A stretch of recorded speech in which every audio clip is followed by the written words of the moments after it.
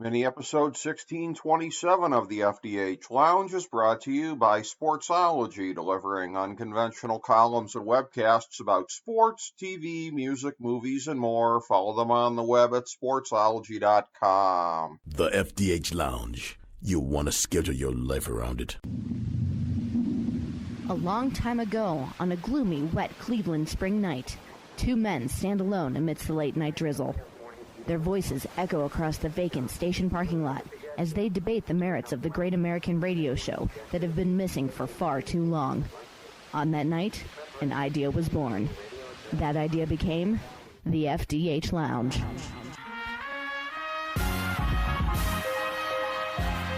Welcome to the FDH Lounge. Hello, everyone. Welcome to FDH Lounge mini episode 1627. This is FDH Managing Partner Rick Morris coming at you, and we have with us here today one of our favorite FDH Lounge dignitaries, my great pal, FDH Hoops Analyst Ben Chu. We are breaking down the aftermath of the 2023 NBA Draft that we had been talking about in weeks leading up to this here. We did our draft lottery recap a couple weeks ago here, that once we knew at that point where Victor Wembanyama was going, that was something that we were talking about. It was a little bit then of the intrigue of is Charlotte really going to be dumb enough to pass on Scoot Henderson at 2? And spoiler alert, if you didn't get to catch the draft, they were dumb enough. Charlotte was very Charlotte, as they say. And so Portland gets lucky at 3, even if it's not a great fit for that franchise and where they're at right now on their timeline. And again, the unwillingness by both Portland and Dame Lillard to just admit the obvious as far as the conflicting timelines here. We'll talk about all that and much, much more with our good buddy who is up there in the Rose City, Ben Chu. Ben, it's a very, very interesting landscape coming out of the 2023 NBA Draft, not least of which because we had a couple of blockbusters leading up to it, a couple of big trades.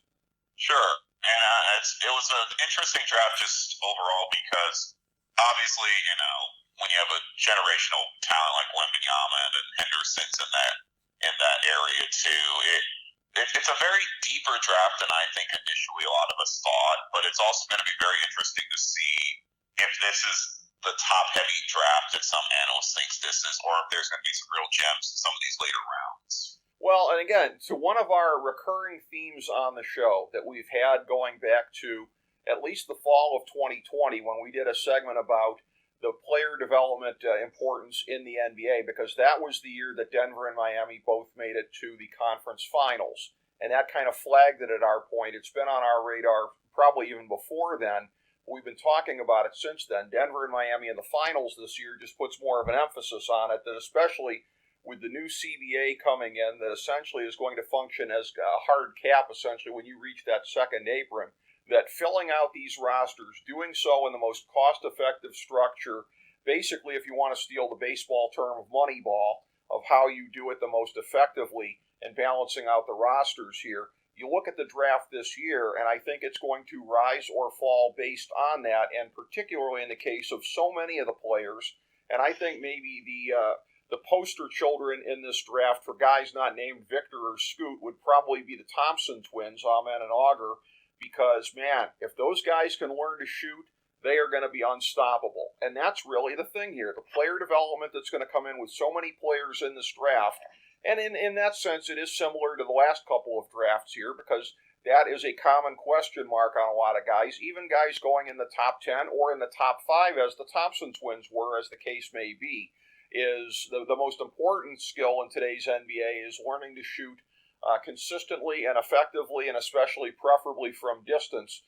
But that's what this draft is going to rise or fall on, Ben, is how many of these guys get that shot at the pro level and how many of these guys don't. If a bunch of them do, we're going to look back on this as a great draft class. If a bunch of them don't, then we're going to yawn about a lot of the class that doesn't involve Victor and Scoot. Right, exactly. And I think ultimately the real determining factor is that a lot of the guys at the tail end of the lottery aren't exactly household names to a lot of people. So it's not surprising to me that this was one of those weird drafts where it was leading up to it a two-team race. A two-player race between Wembanyama and Scoot, and that was pretty much everything at that point. But again, there are some other talented guys, including, Derek Lively of Duke. You got Jordan El-Shafino.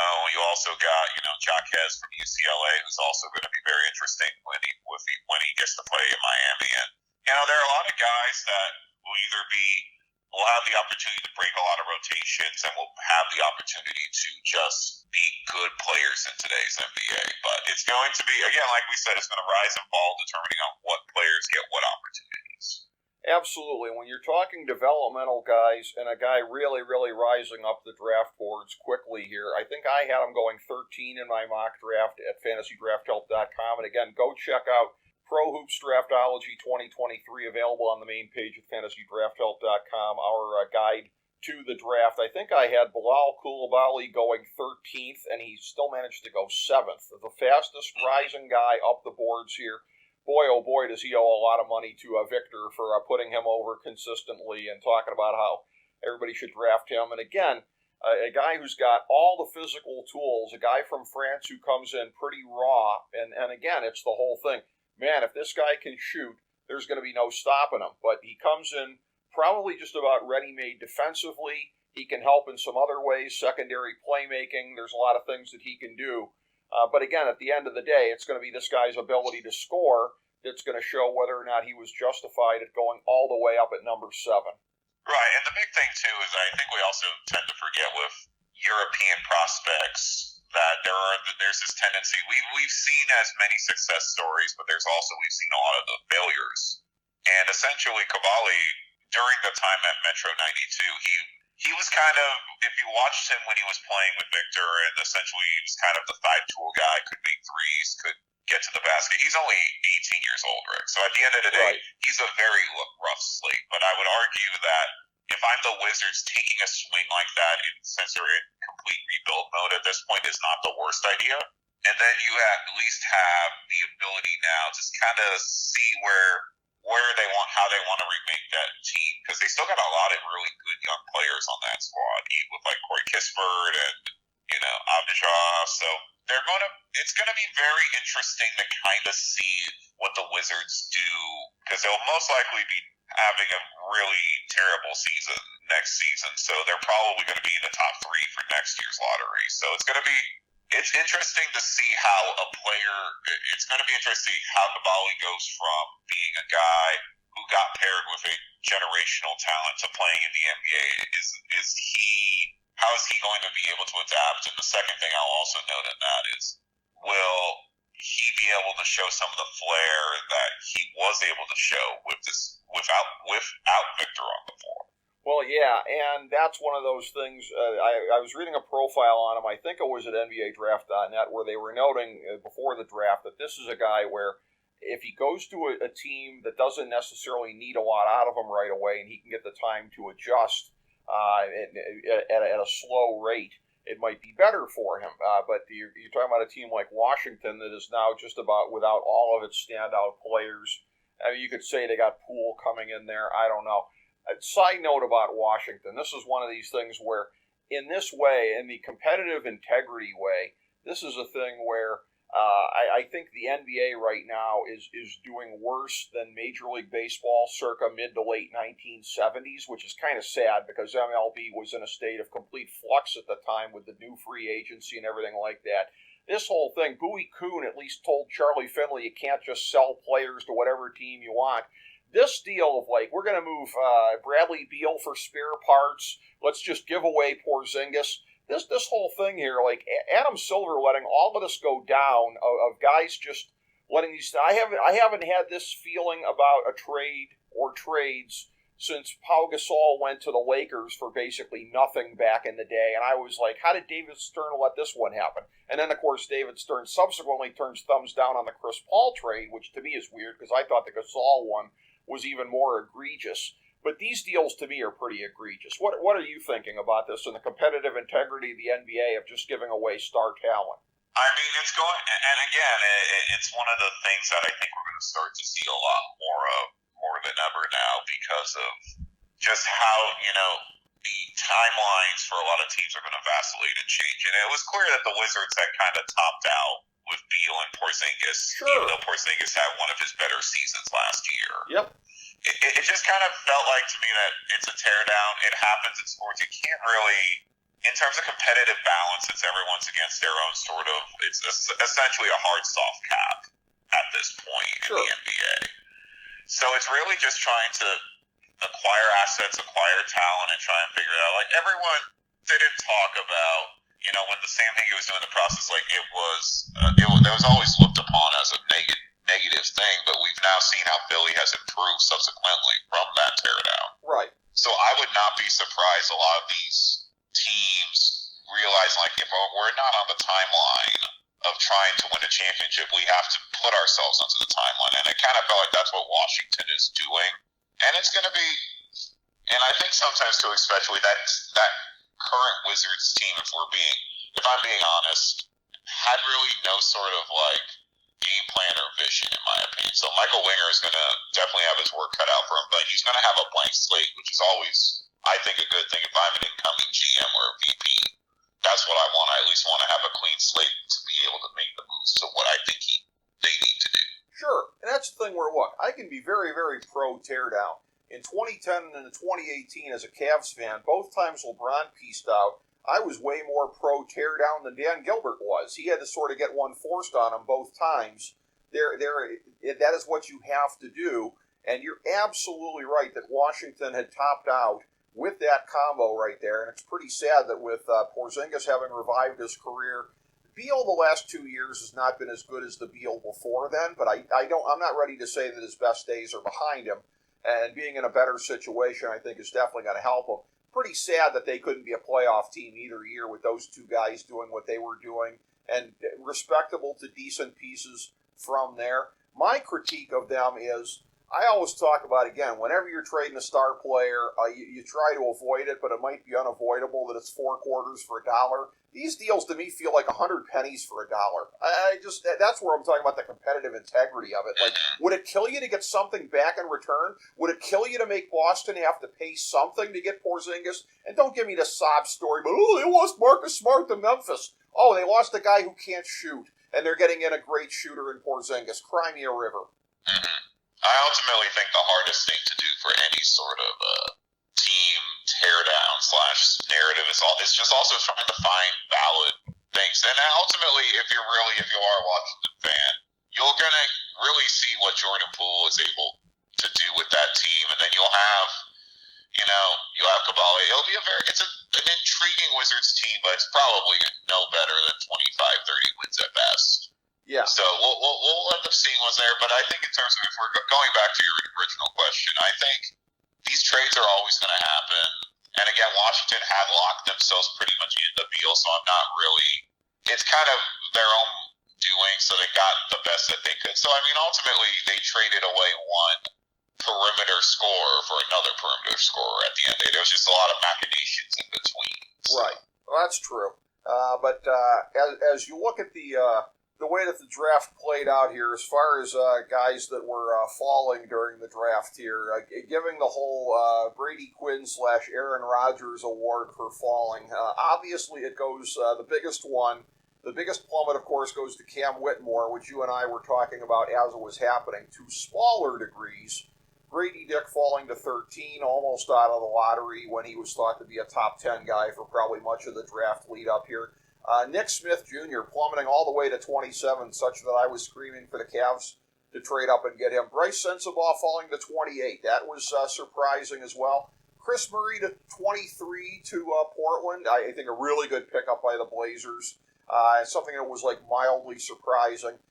But again, nobody is going to top the fall of Cam Whitmore going 20 to Houston when there was a thought that he could have gone as high as 4 to Houston. Right. And, I mean, we see this every year, Rick, and we've always discussed this just in general, that whether it's workouts or demeanor or it's like guys, for some reason, don't like guys. And again, we also know, too, Whitmore was dealing with a thumb injury for most of his time this year at Villanova. So he's a big puzzle piece, in my opinion, for any sort of a championship team, a guy who is pretty tall, I think, around, you can correct me if I'm wrong, like 6'8", 6'9". Yeah.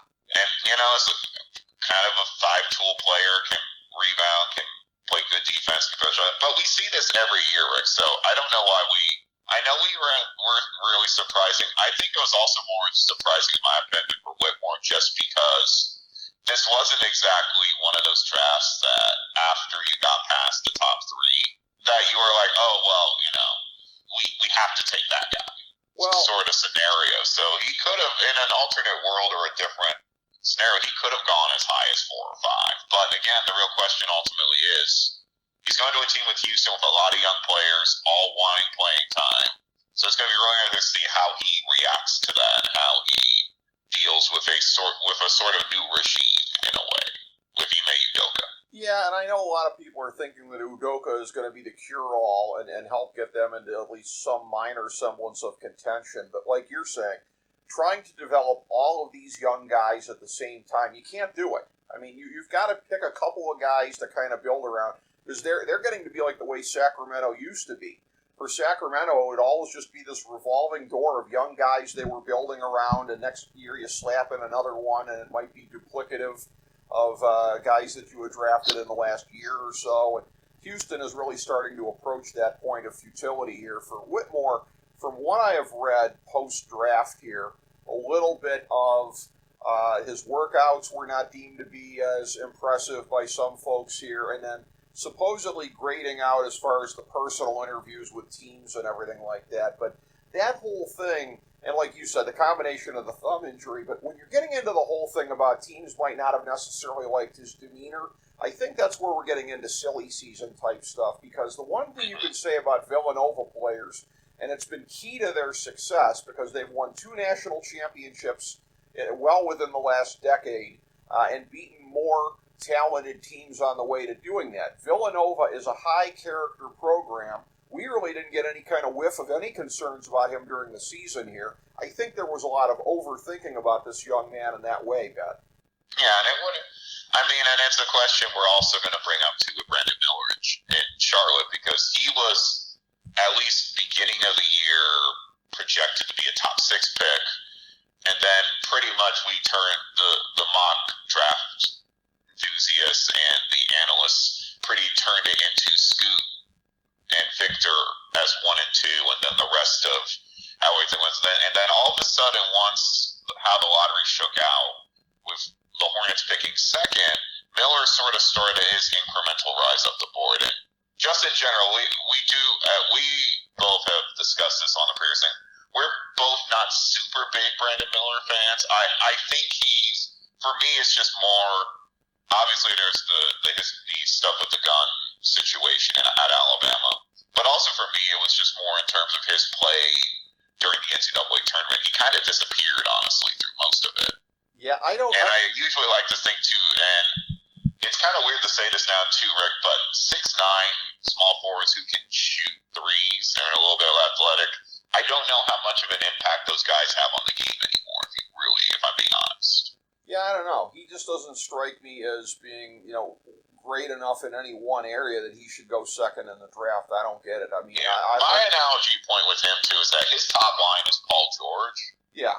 But his bottom line is Derek Williams, essentially. Yeah, I mean, and it's funny because you and I have been talking about this off air, Derek Williams, the whole thing of, the hype balloon on him in 2011, and me sitting here as a Cavs fan screaming my head off for the team to take Kyrie Irving.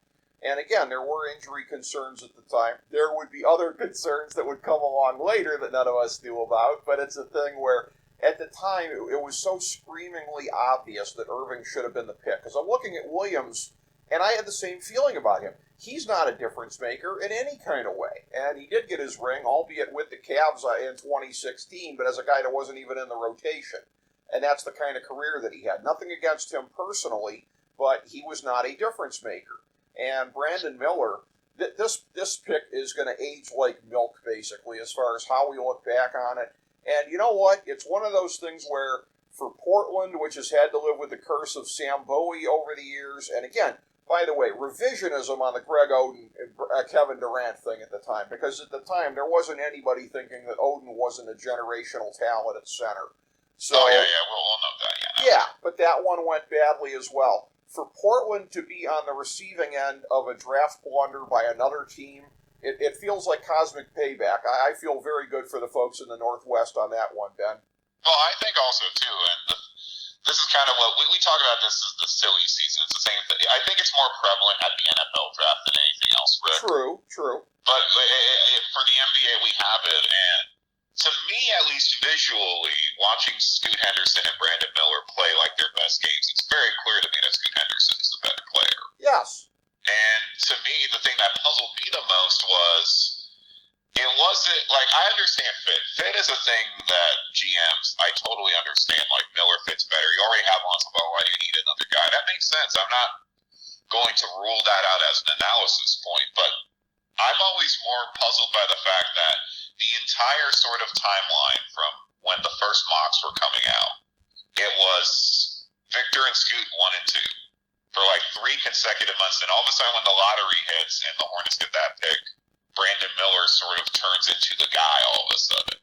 Yeah. And it's an interesting situation for Portland now, with Lillard now possibly on the cusp of getting traded out of here, and just how that team's going to really look, because Henderson is probably the most athletic guard we've seen enter the NBA draft since Russell Westbrook. Yeah, and so it's going to be it's interesting to see. They're obviously going to play together if Lillard is still here or if how everything is.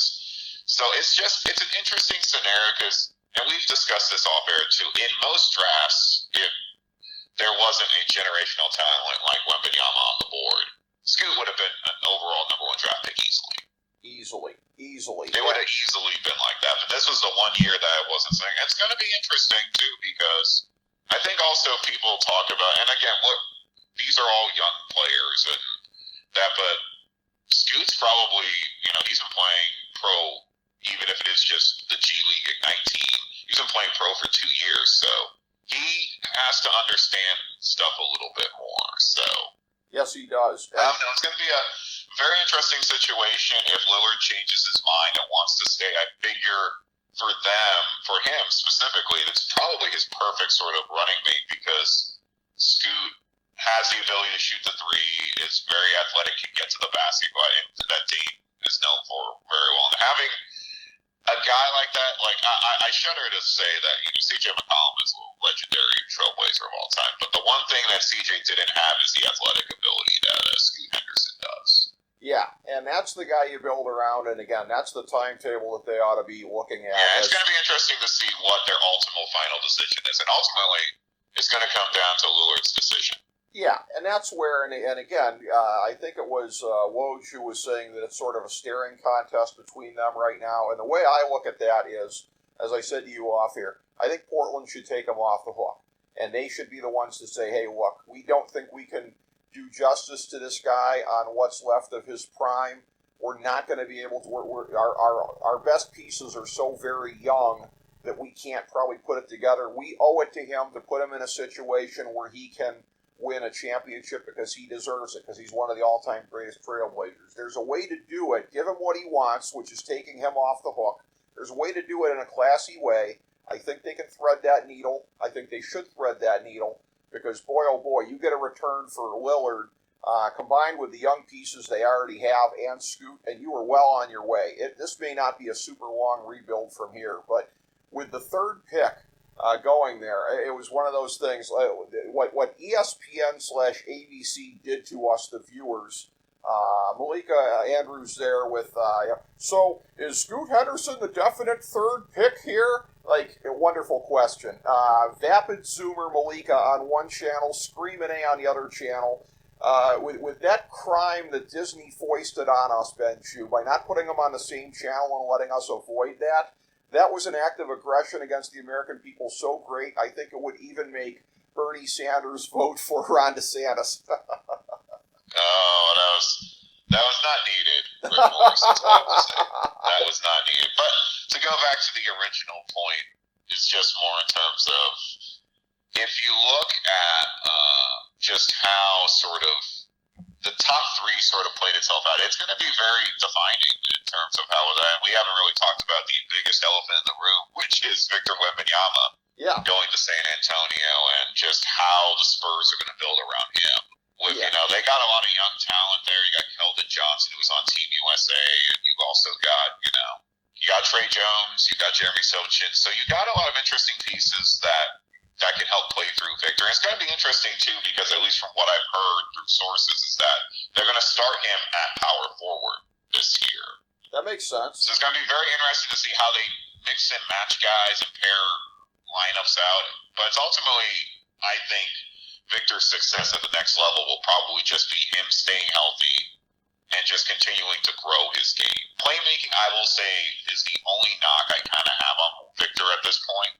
So if he can sort of, and he doesn't, in my opinion, have to even get to like the Nikola Jokic level of playmaking. Right. But there's like times you could tell watching some of his Metro 92 games where it kind of he isolated himself and wasn't actively looking on the floor, you could tell. Oh, sure. And let's go to the shooting guard position and a couple of additional guys here. Devin Vassell, certainly. And I did see a video recently on YouTube from what I can only call a Malachi Branham truther, talking about how this guy is one of the most underrated players in the league right now with what he might be able to do. So if you take that at face value, yeah, I mean, they've got some nice pieces around him. And as we've talked about previously, none of them necessarily your prototypical number 2 guy on a team that's going to be a contender. I'm not sure any of them profiles as being able to get to that level. I don't know that I rule it out. And again, having a couple of them there all together, you've got at least a 1 in 4 chance theoretically of having that most important second piece already on your roster. I think you and I would probably both say, though, the odds favor that piece not being on their roster presently. Right, and interesting to see with the first, because there is no team who knows how to draft and develop a center like Sure. San Antonio does. That's right. So it's going to be very interesting to see what their pattern is, because overall, I mean, we discussed this, Rick. We've never seen a 7'5" center who has good athletic ability and can shoot the three with any level of consistency. Well, And it's going to be very interesting to see who you build around Victor and the pieces they already have. How good is the Spurs team going to get? Because at least for the first, I would say 2 to 3 years, they're going to be essentially looking down. They're looking up at the Denver Nuggets. But if Victor reaches his potential year 2, year 3, I mean, you're looking at a guy who could be an MVP candidate consistently and probably an NBA champion probably before he even turns 30.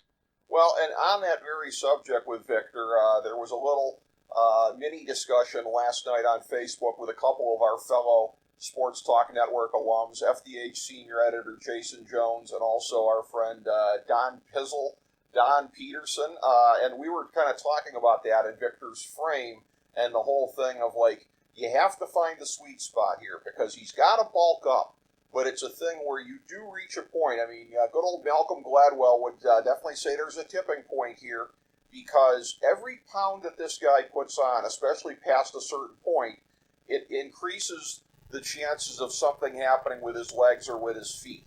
And already the playing style and doing all of the kind of wild playmaking that he does all over the court of where even that particular style, it's a thing where this is a guy where by far the biggest threat to this guy's chances of being a top 10 player of all time is injuries. Because this is a thing where if you can look at it and you can say this guy is going to have the health of LeBron over the course of his career, I think a lot of us would pencil him in as a top 10, top 15 player of all time given what he can do.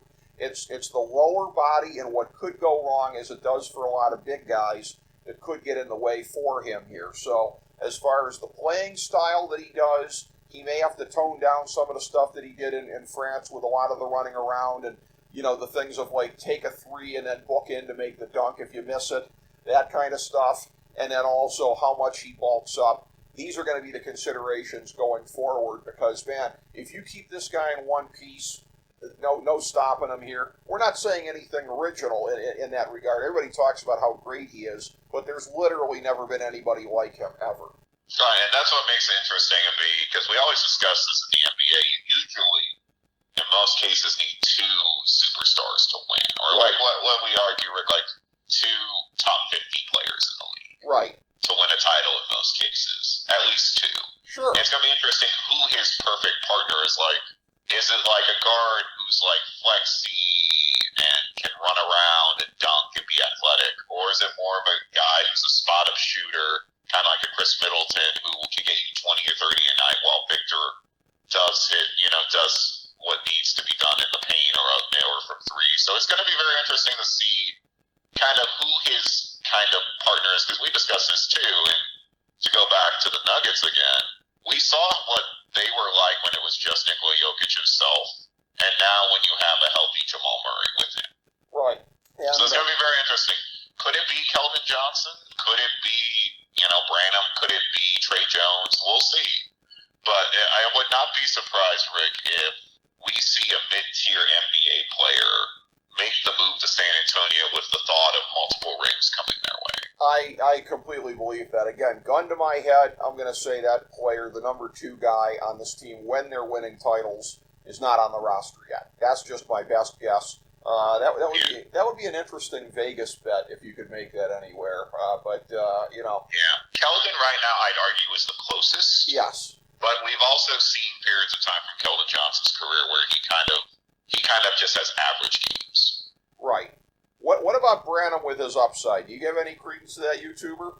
I think he might have some credence if he can go, but the real question is that then pretty much Devin Vassell is getting most of the playing time right now. Yes. So we'll see. I don't know. I would tend to agree with you too, Rick, that I don't think Victor's, co-star is there yet. But we'll see, because there's definitely going to be opportunities for San Antonio to maybe get, a late lottery pick who could turn out to be his perfect partner. And I'm not sure that there's ever been a case like this, but the way that Bill Simmons does it every year with the league pass rankings, I think spots 1 through 29 on that would be San Antonio, right? If you're not watching your own team on a given night, is there going to be a more intriguing team to watch night to night than San Antonio and what they're going to be with this guy in year one? It's going to be utterly intriguing. We've said this too, Rick. He's the most hyped prospect since LeBron. Yeah. And, and by the way, you've just provided me the perfect segue. The Cavs are 1 for 1 previously as far as drafting prep players who'd been on the cover of Sports Illustrated.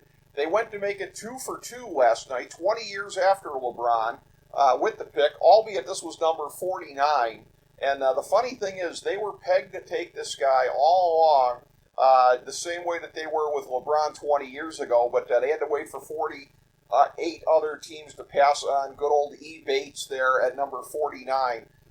Prep star falling on hard times here, got the gun charges, underachievement in college, yada, yada, yada. But a guy that, as I always talk about, being a pedigree kind of a guy, and somebody who, again, 2 years ago, you would have said this guy goes no lower than 3rd or 4th in the draft. That's a guy that still possesses the same kind of upside, better shooting than so many of the guys that went ahead of him. I know there's the obvious gun joke there, but still.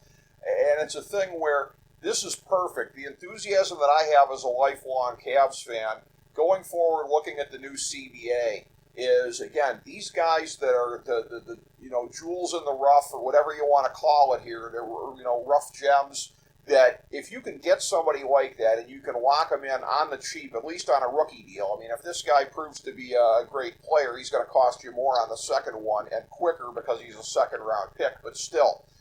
The ability to do that, to round out your roster, especially when it looks like the Cavs are going to have 3 Supermax players in the years to come, that's what's going to price Jared Allen out of town once that happens. So getting impact players in cheap, even getting rotation players in cheap, is going to be paramount for everybody. And it goes back to those same 2 words, player development. The Cavs are not on the same level as Denver or Miami or what San Antonio has been historically, but they haven't been bad at player development in recent years. I'd argue that they've been above average when you mentioned to me today off air about Lamar Stevens re-signing with them. He, I think, is a player development success story as a guy who's a legitimate rotation player who they got really on the cheap previously. So if they can do that with Bates, it is going to be the home run swing of this draft relative to where they were making the pick. Right, and if we're going to stay on the second round pick sort of narrative too, some other guys who dropped who I was intrigued by, I mean, the one that just came on the tail end, the James Najee going to Detroit, played really well at FC Barcelona. I mean, if you're looking at some of these other names too, you also will have Amari Bailey and Tristan Vucevic and, Ryan Rupert from France as well, and Sissoko also. I mean, there's a lot of interesting guys too, and it's going to be interesting to see if some of these later picks, guys like Isaiah Wong and Jalen Clark and Keontae Johnson, how their second round careers are going to go. Because I think, and we've discussed this in countless podcasts, Rick, that this is the one point in the league where you have to be deep and talented at the same point. Yes. You have to be. You cannot exist in today's NBA with just.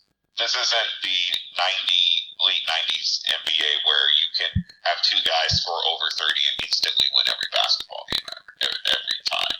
Yeah, and in this evolving league, it's funny because a couple weeks back I was at a cookout with some friends of mine, and these are guys that are not as big of basketball fans. They've kind of eroded over the years because they like to do the old man shaking his fist at the cloud kind of thing. I miss when you knew who the guys in the draft were and you saw them in college and they came out there. Now you got these guys coming from like this overtime elite in Europe, and how good are these guys really? Well, the funny thing is the guy who's the poster child for the kind of guy that they would have hung their hat on previously, Oscar Schwebe, doesn't even get drafted here. Now, that is something that I find interesting because you look at it and I look at that guy. I mean, nobody is going to talk about this guy's ceiling, obviously. But in this kind of a league now where, like I said, the ability to fill out a rotation on the cheap is going to be more and more important, I look at that guy as having a high floor. And that's a thing where I just to be like a guy at the end of your rotation to come in and do some of the dirty work and get you some boards and things like that, it's fascinating to me. Now, again, there were guys in the second round, and again, I don't mean to contradict myself because I am a fan of doing things like taking Bates at 49, and there were a lot of teams taking swings on guys in the second round and going for upside. But I think there is room at the same time. I don't think it's a contradiction to say that you also ought to be in the mode of looking for guys with a high floor, and I think not enough teams were, and that's how he slipped through. Right, and I know too, especially in a draft like this that has like three marquee names, that guys who normally would have gone higher in drafts, like Strother who went to Denver, and Jarris Walker who went to Indiana, who were very good players in college, who had good runs during the NCAA tournament. Sasser from Houston's also another big name too, that you don't really know where they're going to be in terms of star talent, but they also have the ability to contribute and make big plays. And like we said, filling out rotations and especially with the cap and the aprons attached to the new cap and the new CBA, it's going to be very interesting that these sort of, in the prior years, Rick, I would say like picks 20 to 40 were mostly forgotten about in most cases. Sure. And now you're in a timeline where if you make the right decision and you get a rotation guy, yeah, then you're essentially saving yourselves infinitesimal amounts of money at that point. Yeah, and that's the thing here too, is that this was the first draft with the new CBA looming here, and maybe teams didn't have an ability to sort of pivot because this just kind of came into being in the spring. And again, this is a 12-month-a-year process for teams getting ready for the draft. It will be interesting to see a year down the road how teams approach this here, and if they are looking at, because, I mean, look, I think you always should have been looking at, because there always has been a salary cap, at least the last several decades, and a more restrictive one since the lockout of 99, in terms of trying to build a team cost effectively. I mean, now it's an absolute must because, again, I agree with the conventional wisdom that the second apron basically constitutes a hard cap. But, I mean, anytime you have a second-round pick, the way the teams have sold them in recent years, I've been a fan of Dan Gilbert when he's been able to do that and go in and buy second-round picks, but I've never understood the whole notion of, like, selling second-round picks and the notion that some teams had that they were meaningless or worthless, because now more than ever, but I think even before then, there have always been opportunities to round out your rotation in there. The average team, let's say, has 9 guys, or I think probably should have 9 guys in a rotation. Teams that like to go 8, like the Cavs did sometimes, I think it's too restrictive. There ought to be 9 guys on your roster in particular that you really place a value on. And getting one of those guys in the second round, I don't know where people thought it was like scratching off lottery tickets to do that. The ability to locate these guys has always been there. Yes, a guy like Jokic is once in a millennium as far as being able to get a guy who becomes the best pick in the draft late in the second round. That's not going to happen, generally speaking. But getting guys who could be useful contributors, it's weird to me that some teams seem to just be waking up to that now. Yeah. And it's puzzling, but again, what I'm going to say with Denver winning the championship this year and just seeing how they build their roster, and we mentioned Miami is another good case in bringing up young and bringing talent up. It's going to be really, you're going to see teams change their mind a little bit in terms of how they build their rosters and how they acquire players. Because I think in the old, we would make this argument on the old CBA.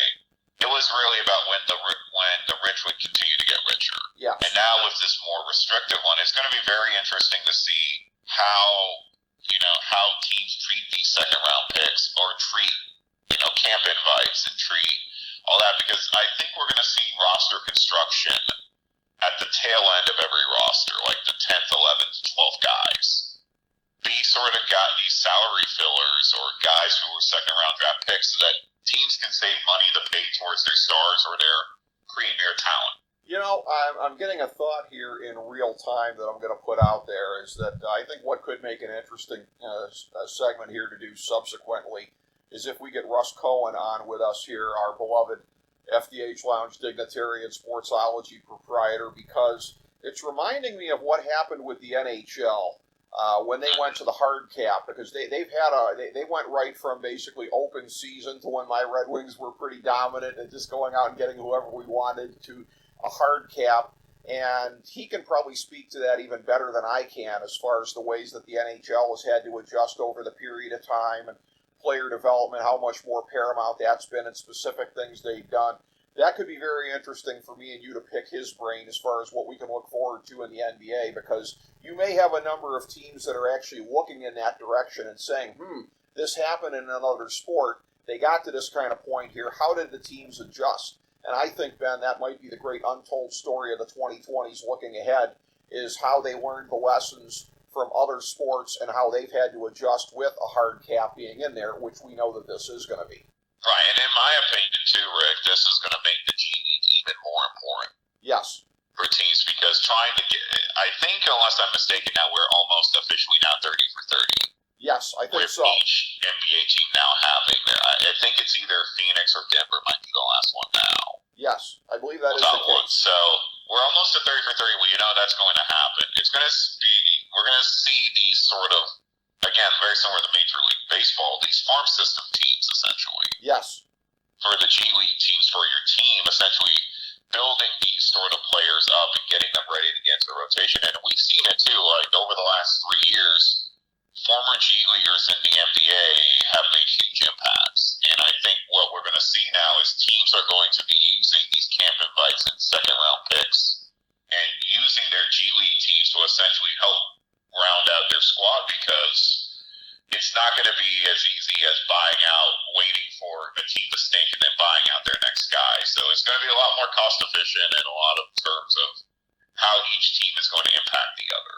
See, that's a great thought, Ben, because my first thought went to the NHL, and I think there's going to be comparisons in the time ahead, but you making the comparison to Major League Baseball, I think, is equally spot on. So this could be something for us to investigate going forward, is how the NBA is going to adapt the way other leagues have, because that's a thing in looking at that where, and let's go even deeper in the weeds here on this, because I remember during the second LeBron era in Cleveland when the Cavs were winning all those Eastern Conference championships, and oh, by the way, an NBA championship in the mix as well here, that what they did with some of their second-round picks and some of the players that they were able to get that were kind of on the fringes. And that was a thing where, and I'm not remembering any specific names, but I'm remembering guys who really kind of dominated in summer ball and then played very well for the G League. They would have guys who could go out there and score 30 points a game in some of these settings, but they turned out to be useless to the Cavs because they would call them up and the usage rate would just be like nothing. Like these would be guys that would be getting, maybe a handful of minutes a game. It wasn't their job to jack up shots with the Cavs the way that it was with the Charge or in summer ball. So I wonder if there's not going to be more of an emphasis instead of the way that it's traditionally been with the G League, right? Just let the best players on the team do what they're going to do, of maybe trying to coordinate the skill sets more so to what they're going to be at the pro level. Like if you're going to be a role player for the Cavs or for the Sixers or for the Clippers or whoever, try and get somebody to be a top-level role player in the G League and try and condition them to fill exactly the kind of spot they're going to fill in the NBA. I wonder if you're not going to see more of that. And the analogy, too, is that when each team has their own G League team, you're going to be seeing, and this was discussed, too, because Portland is getting their first G League team, essentially. And it's a big deal because you're allowed then to create a culture and teach guys on that level. Yes. What the NBA squad has. So it's going to be very interesting to see how teams are going to, because we've never, at least in this timeline, Rick, ever had a 30 for 30. So each team is associated with each team. Yep. In years past, you could see teams who used that very efficiently, but then there were times when they didn't use it efficiently at all. And essentially, there were situations where some players in the G League who were going to teams who were assigned to multiple teams, and they constantly complained that they didn't know. They were just playing essentially because there was no distinct brand essentially. Right. But now with almost every team, or possibly every team now having their own sort of farm system, it's going to be very interesting to see how they sort of imprint their culture or their things that they focus on to become a winner more, or in terms of how you build certain guys into the roles that they can be. So that provides a unique opportunity for a lot of these G League teams to not only build competitive rosters at the pro level, but to also find a way into creating more culture for just players at the end of the day. Well, and again, it's a copycat league. I mean, every league's a copycat league, really. Yes, that's a big cliche, but still. And you look at it here, and this is a thing where something that I have been studying over a period of time as well. That Miami, with their Sioux City affiliate in the G League. I think Sioux City is their affiliate, but they've been trying to implement, as much as everybody talks about heat culture and all of that kind of stuff, there really is something to it, and getting players ready to play in that system with that kind of a mindset, whatever. Miami's already been implementing that at the G League level to an explicit degree, and that is something where, again, I think you're going to see so many more teams out there trying to do this. It's funny because, again, sometimes it takes a while for reputations to fade, so it may take a couple more years before people really realize it. And look, the G League or developmental, whatever the hell you want to call it, it hasn't really mattered as much until recent years, and until, again, the NBA has put more of, I think, an investment in a development of it, and it's meant more in recent years. But historically, and particularly in terms of public perception, it hasn't meant a whole lot. But for basketball to get to the level, like you said, with baseball, it's multiple levels of minor leagues. That won't be the case here because it's less players in the game. But it's a thing where having a legitimate minor league system that's there for developmental purposes, where things might happen that can impact actual championships down the road. This is going to be a new and exciting thing for the NBA, for the G League to really matter to that degree.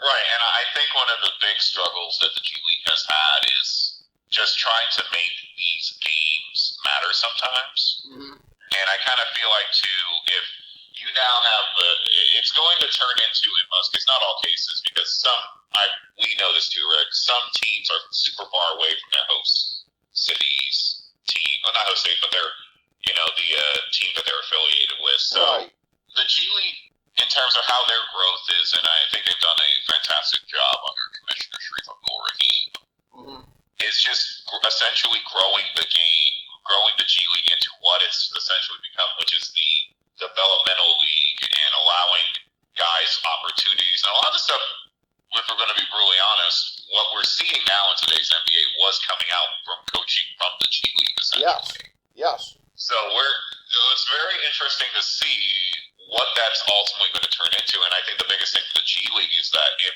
essentially you have a G League team for all teams now, you're going to have full-blown basketball heads who love watching their favorite team, but will also watch G League games to see some of the guys that are going to be some of the up-and-comers for the league, too. So it's, so far, at least when it was the D League, it wasn't viewed as, it was just viewed as essentially it was essentially just viewed as a developmental league that was just trying to get footing and to help talent. But now if you're going a full sort of baseball farm system at that point, it's a completely different scenario, in my opinion. Yeah, and again, I think it's going to lead to a better product on the floor at the end of the day here. So there are all these unintended consequences of this deal. And I will just say that this is one of these things where sometimes it's the people that don't follow basketball to as intensive a degree as you and I do that can sometimes ask the best questions. But the father of FDH Lounge dignitaries, Anthony Petrone and Matt Petrone, Anthony was explaining this to their dad as far as the new CBA and everything that's in it. And his question to him was, why would the players have ever signed this? And you know what? And Mr. Petrone, I wish we had an answer to that question, because it's one of those things where I think at the time the conventional wisdom was, well, this is really going to bust up Golden State because they've been the ones out there that have been the biggest violators, the furthest over the luxury tax line, et cetera, et cetera. But the degree to which it was going to affect everybody, and ironically even lock in the potential dynasty of Denver, who has all their pieces in place and doesn't need any help going forward here. This is one of those things where we're going to look back on this in the time to come, and we may say, hey, this led to the golden era of player development in the NBA. It was necessitated because of teams having scarce resources once the megastars were being paid. But we're also equally going to be asking, why in God's name would the players have ever agreed to this? It's going to be one of those questions that is asked for, but as we all know too, Rick, with expansion on the horizon, the coffers will be refilled with a bunch of money again very soon. They will, and the one thing I've been saying to people in recent days here, a sense of optimism for me as a Cavs fan is by the time that the Cavs are paying the three mega salaries here, I think the cap is going to be substantially higher than it is right now. Then again, that might lead to the individual maxes being more. Hopefully that doesn't all even out, but the new TV deals coming in, whether it's Warner Brothers Discovery and ESPN again, you've been talking about off-air that there's probably going to be a streaming component maybe on Monday nights. I agree with you. I think there's going to be that. There's going to be a lot more money at the end of the day. We know this, and that might be an evening out factor in this. But then again, if the salaries are going up at the same rate that the cap's going up, I'm not sure that's necessarily going to provide relief to anybody. Although, again, I guess the key for the Cavs would be lock in these guys before it gets to the rates, before the thing is really, really rising up. Because I guess it's going to be a matter of timing the next couple of years, right? If you can get your guys locked in before the cap really, really pushes higher, then the timing on that could save you vis-a-vis the second apron. Right, and I think at the end of the day, too, Rick, just in terms of the new CBA is you're going to see a lot more teams going to be more cost-effective in making sure, because essentially a lot of the bigger, and we all know these too, the marquee squads were just essentially buying any buyout that they could. Yep. And now you're going to see a lot of teams with a lot more purpose in terms of their free agency decisions, and we might see more second-rounders playing the NBA more than ever now, because if you can get a guy locked into a cheap 3-year, 4-year deal to be the 10th or 11th man on your roster, then you're saving exponential amounts of money. Yep. Oh, yeah. It's the Moneyball era coming up. Bye-bye fat, hello efficiency, up and down the roster if you want to be a contender, no matter your star power at the top. And, yeah, that's even going to include San Antonio once good old Victor gets to be at the level we know he's going to. But an exciting period of time coming up in the NBA, and one that is going to be fueled by Victor, Scoot, and however many of the other guys from the 2023 NBA draft. A pleasure breaking it down with you as always, Ben Chu. Thank you so much. I appreciate it, Rick. Thanks, buddy, and thank you all for checking out FDH Lounge Mini episode 1627.